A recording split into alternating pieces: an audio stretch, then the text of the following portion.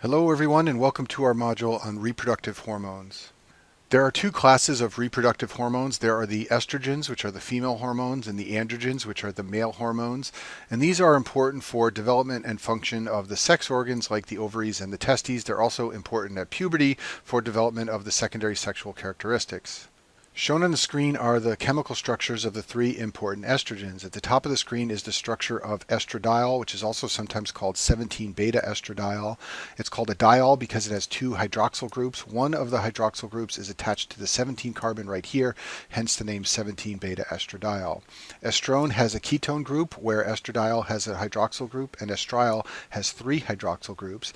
And the potency is such that estradiol is the most potent estrogen, estrone is in the middle, and estriol is the weakest of the three estrogens. Shown on this slide are the chemical structures of the four important androgens. At the top of the screen is the structure of testosterone, which is one of the most abundant androgens, and it's what most people think of when they think of a male hormone. At the bottom of the screen is the structure of dihydrotestosterone, or DHT. I've also shown the structure of androstenedione and DHEA, which is dihydroepiandrosterone. At the top right of the screen, I've listed the potency. DHT is the most potent of the androgens. We will discuss this in more detail in the module on male reproductive hormones, but DHT is not generally synthesized by the testes. Testosterone is made by the testes, and in the periphery it is converted to the more potent DHT. Testosterone is less potent than DHT, and then androstenedione and DHEA are the weakest of the androgens. As you can see from the chemical structures on the last two slides, all of the reproductive hormones are steroid hormones. They are all synthesized from molecules of cholesterol. They have a chemical structure that is very similar to cholesterol. This means they are poorly soluble in plasma. They are made up mostly of carbons and hydrogens, and structures like that are poorly soluble in plasma. For this reason, they need help to be transported through the body, and they get that help from the sex hormone binding globulins, or the SHBGs. A smaller amount is carried by albumin, but most of the reproductive hormones are carried by the SHBGs. When they reach their target organs, they cross the lipid bilayer of cells easily because they are lipid soluble, and they bind to intracellular receptors to exert their effects. Let's talk in more detail about the sex hormone binding globulins. These are glycoproteins that are produced in the liver, and they bind both androgens and estrogens, but it's very high yield to remember that they bind androgens more than estrogens, and I've shown this at the bottom side of the screen here with the A that is much bigger than the E. The fact that sex hormone binding globulins bind androgens more than estrogens has an important clinical consequence called estrogen amplification. It is the free hormones, not the hormones bound to sex hormone binding globulin, that exert the clinical effects. When you increase the amount of sex hormone binding globulins in the plasma, this will lower the amount of free androgens and estrogens. However, it will have more effect on androgens because sex hormone binding globulins preferentially bind androgens. This will increase the ratio of free estrogens to androgens and thus amplify the estrogen effects. To make this more clear, let's look at this illustration I've made at the bottom of the screen. Imagine in a situation shown on the left, we have low levels of sex hormone binding globulin. We'll have some androgens and some estrogens thus bound to sex hormone binding globulins, and there will be more androgens bound than estrogens.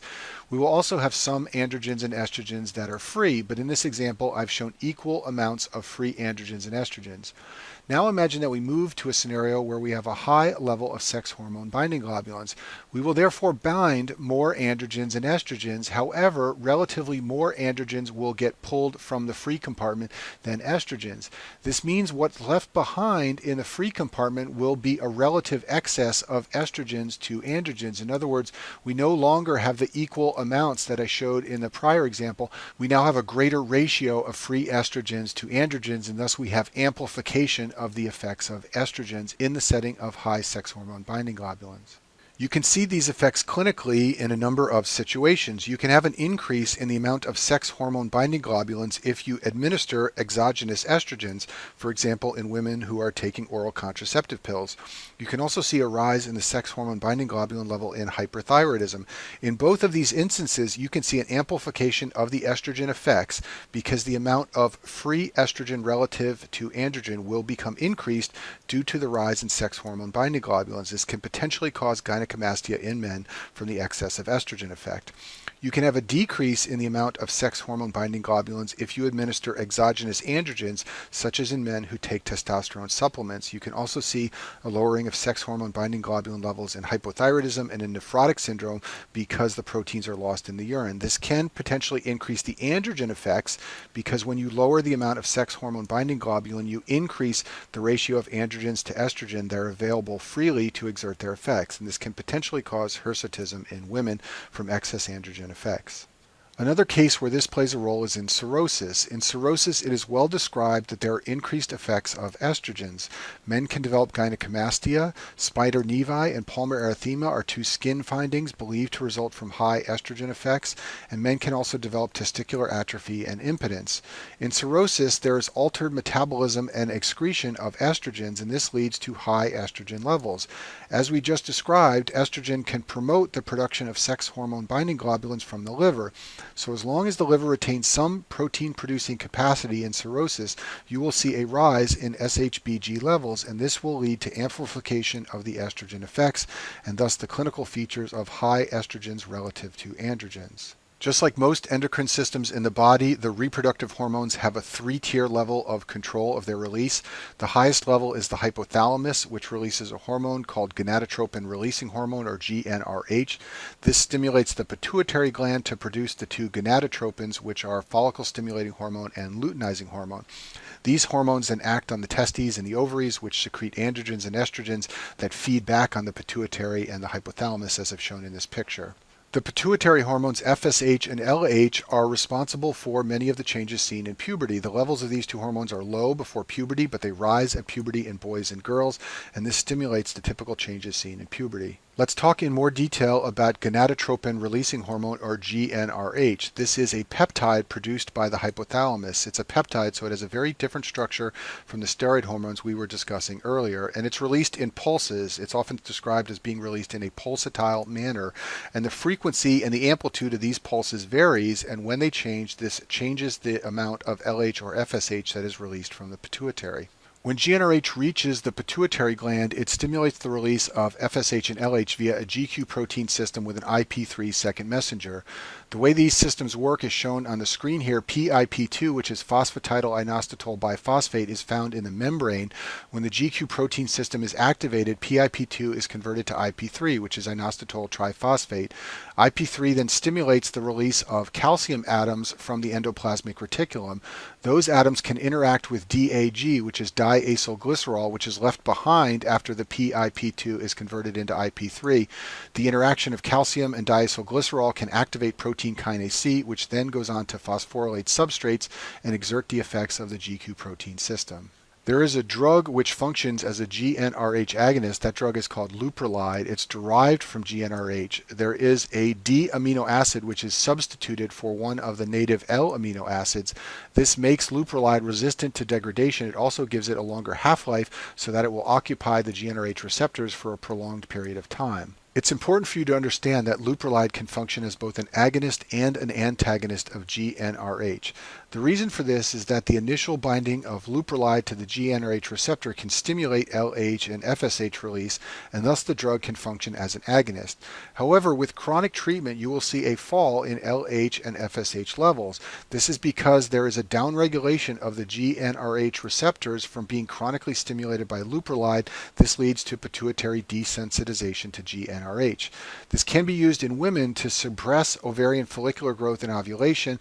This will lead to low levels of estradiol and progesterone, similar to what you see in menopause. It's like a chemical induction of menopause via the drug Leuprolide. There are a couple of clinical scenarios where Leuprolide can be used. The first is to administer Leuprolide in a pulsatile fashion. This is rarely done anymore. This is using Leuprolide as an agonist. It will stimulate LH and FSH release. To do this, you have to administer Leuprolide by an infusion pump. The dose varies every 90 minutes, and it's used to create an LH surge for ovulation in infertility. We now have better ways to treat infertility, and thus this pulsatile administration of Leuprolide, which is very cumbersome, is rarely done anymore. The other way to use leuprolide is to administer the drug in a continuous manner for suppression of LH and FSH release. This is helpful in clinical situations where you want to lower the amount of androgens and estrogens being produced by the ovaries and testes. So for example, in women who have endometriosis or who have uterine fibroids, which are called leiomyomata, estrogens can make these two disease processes worse, so administration of leuprolide can be helpful. In men who have prostate cancer or boys with precocious puberty, testosterone levels can be harmful, so you can administer LH and FSH to lower the amount of androgens that are present. There is a rare syndrome called Kallmann syndrome where there is absence of GnRH secretion from the hypothalamus. This happens because of impaired migration of GnRH neurons from their origin in the olfactory bulb to the hypothalamus. Essentially, the hypothalamus lacks the neurons that normally produce GnRH. This almost always occurs in males. It's got a 5-to-1 ratio of males to females. And a key feature here is hypogonadism, which you would expect from the loss of GnRH, and also anosmia. And this is the thing to remember so you can recognize this syndrome in a board question. Because it involves abnormalities of the olfactory bulb, these people often cannot smell. Boys with this condition will have low GnRH levels, also low FSH and LH levels, and low testosterone levels. They will have delayed puberty and small testes, but the thing that will give this syndrome away in a board question is the description of loss of smell. Let's talk in a little more detail about the pituitary reproductive hormones LH and FSH. These are both protein hormones, just like GnRH. They have a very different structure from the steroid hormones like estrogens and androgens. And you should know that there are 4 hormones in the human body that share a very similar structure. LH, FSH, and also TSH, which is important for the thyroid gland, and HCG, which is important in pregnancy. They all share a similar structure. They are all what's known as heterodimers. The word dimer means they are 2 protein molecules linked together, and the word hetero means they are different protein molecules linked together. And they all have 2 chains, an alpha and a beta, but they all have the same alpha chain and a different beta chain. The beta chain is what determines whether the structure will be LH, FSH, TSH, or HCG. The alpha is always the same. And I've illustrated this on this slide. The common alpha subunit is combined with different beta subunits to make the various hormones. If you combine the alpha subunit with the FSH beta unit, you then get a molecule of the FSH hormone. If you combine the alpha subunit with the LH beta unit, you then get a molecule of the LH hormone. The same is true for TSH and HCG. And second messenger systems can be hard to remember, but one easy way to remember it for these hormones is that all of these hormones, when they reach their target sites, exert their effects via a cyclic AMP second messenger system. They convert AMP into cyclic AMP and then exert their clinical effects. And that concludes our module on reproductive hormones.